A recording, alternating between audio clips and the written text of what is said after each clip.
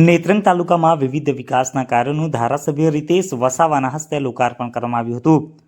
ભરૂચ જિલ્લાના નેત્રંગ તાલુકામાં 15મા નાણાપંચ, મનરેગા કન્વર્ઝન અને ધારાસભ્યની ગ્રાન્ટ હેઠળ 18 લાખના વિવિધ વિકાસશીલ પ્રકલ્પોનું ધારાસભ્યના હસ્તે લોકાર્પણ આજરોજ 12 કલાકે કરવામાં આવ્યું હતું. નેત્રંગ તાલુકાના મોવી ચોકડી ખાતે ધારાસભ્ય રીતેશ વસાવાની ગ્રાન્ટમાંથી 5 લાખના ખર્ચે નવનિર્મિત સુવિધા સભર બસ સ્ટેન્ડનું લોકાર્પણ કરાયું હતું. તેમજ 15મા નાણાપંચ અને મનરેગા કન્વર્ઝન અંતર્ગત ઠવા પ્રાથમિક શાળા ખાતે 5 લાખના ખર્ચે નવનિર્મિત ઓરડાનું અને કોડવાવ ખાતે 8 લાખના ખર્ચે નવનિર્મિત નંદગઢ આંગણવાડી કેન્દ્રનું પણ ધારાસભ્ય રીતેશ વસાવાના હસ્તે લોકાર્પણ કરાયું હતું.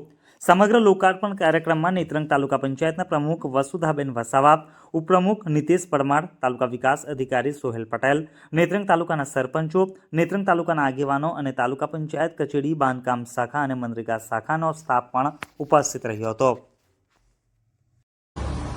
મોવી મુકામે આજે એક બસ સ્ટેશનનું લોકાર્પણ કરવામાં આવ્યું છે.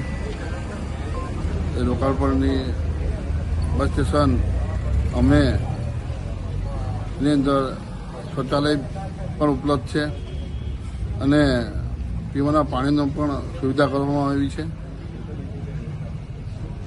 લોકો માટે અમે આ વ્યવસ્થા કરી છે અને લોકોએ તેની કાળજી રાખવાની છે.